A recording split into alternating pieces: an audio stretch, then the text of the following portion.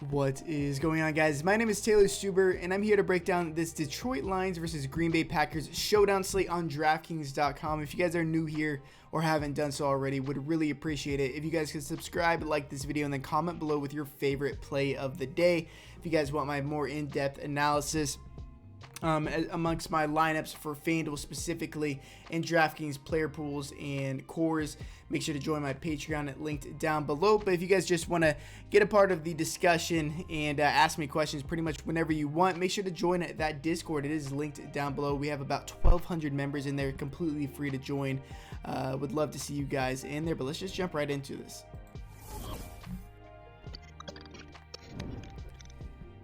As always, guys, this video is brought to you by ThriveFantasy.com. Yeah, it hit big overlay yesterday.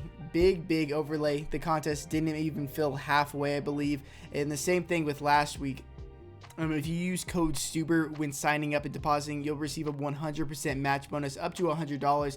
And they just gave me an additional promotion. They let me know that if you guys deposit $10, not only will you receive that 100% match bonus, you will also receive a free ticket into today's contest, which is surely going to have overlay yet again. So yeah, these contests are guaranteed, and there's a lot of overlay in them. So if you deposit $10, you get $20 after the bonus and another ticket. So $10 get you two $20 tickets. $3,000 up top. I've had a lot of success, as well as a lot of the members. I know J-Bone took down the PGA one, and then another person that used my code ended up taking, in the last showdown, ended up taking second place, I believe. So yeah, I mean, it's been a good time over here on Thrive. If you guys sign up and deposit, make sure to let me know. I'll set you guys up with something special.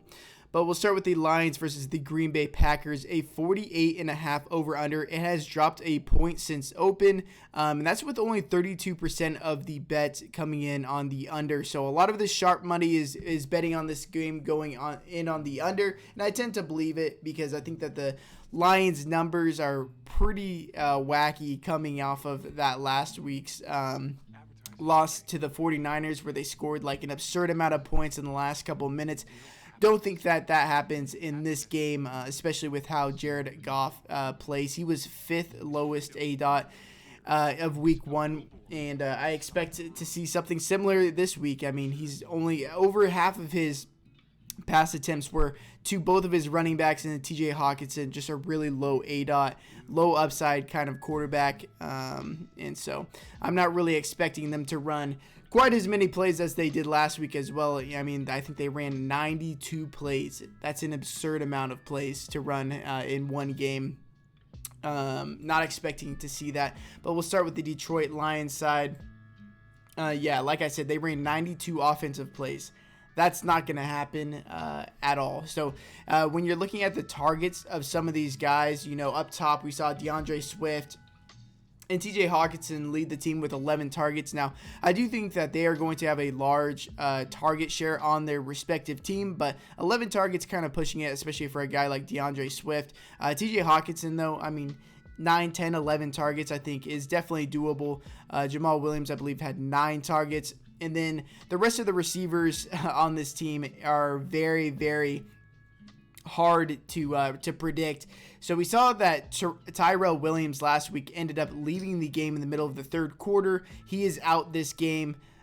He played on 42% of those snaps up until that moment, which was higher. So that is a pretty big piece. He was their number one receiver. He is now out. And then Khalif Raymond, who played 75% of the snaps in week 1, popped up on the injury report Saturday. You never like to see injuries pop up late in the week coming out of nowhere. So unsure if Khalif Raymond is going to play as well, if he's going to join Tyrell Williams on the bench. And then outside of those guys, we saw Amon-Ra St. Brown start in the slot, play 64% of the snaps. Trendy Benson played 53%, and Quintez Cephas played 35% of the snaps, although he led the team, the wide receiver core, in targets. So up top, I mean, if we want to talk about just strictly from the showdown perspective, I'm really not paying up for anybody on this Detroit team. I think that they do lose this game pretty handily, and I don't think they're going to run nearly as many plays as they did in week 1. Jared Goff at 10,000. I mean, he scored 32.9 fantasy points last week, but he attempted like 57 pass attempts. I just don't foresee that happening again. Really no rushing upside. He really needs to score touchdowns to pay off this price tag. I'd much rather go to the Green Bay pay up spots, even pay for all 3 of those guys like Aaron Jones, Davante Adams, and Aaron Rodgers instead of getting over to Jared Goff, unless you think that they keep this game competitive. It's just with him, his ADOT being so low, it's hard for me to imagine him paying off his price tag. TJ Hawkinson played a large majority of this game. Ended up having a stat line of 8 catches, 97 yards, and a touchdown on 11 targets. He could get there on volume.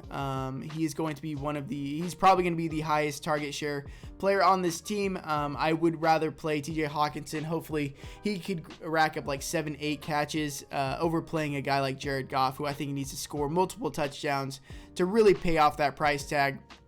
DeAndre Swift, was limited or not practicing all week. Ended up getting a full practice in Saturday, still dealing with that groin injury. He still has the questionable tag, but it looks like he is going to be a go. He ended up playing 68% of the snaps in week 1 despite not getting the start. Jamal Williams played 35% of the snaps, and like I mentioned earlier, Swift had 11 targets. Now their snap share kind of overlaps because they will play DeAndre Swift in the slot with Jamal Williams in the backfield, which is promising for both these guys because with the lack of talent in the wide receiving core, at least they're smart enough to realize that Swift, Williams, Hawkinson are clearly their best talent offensively, and so they will work around getting all 3 of them on the field at the same time. But that's why their prices are so high. It's you can expect to get some production out of these guys, but at these prices coming in as such big dogs where, I wouldn't be surprised if they only scored 1 touchdown, maybe 2 touchdowns collectively. It's just hard to justify their prices right now. And I think they're going to be overowned due to last week's outburst of offensive plays.